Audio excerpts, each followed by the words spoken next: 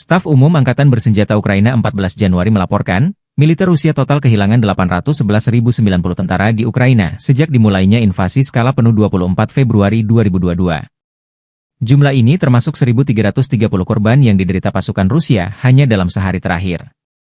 Rusia juga kehilangan 3 tank, 47 sistem artileri, 72 pesawat tanpa awak, dan 11 kendaraan tempur pengangkut personel dalam 24 jam terakhir.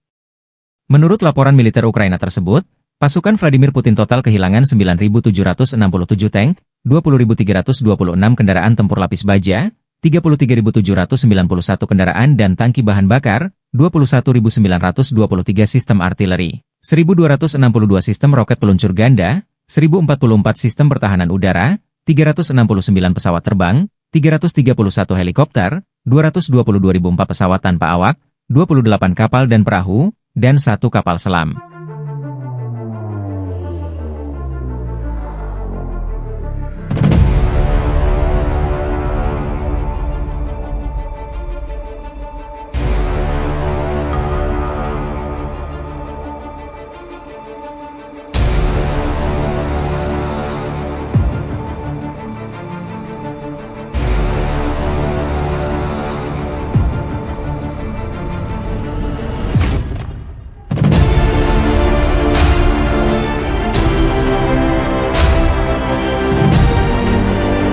Download Tribun X sekarang, menghadirkan lokal menjadi Indonesia.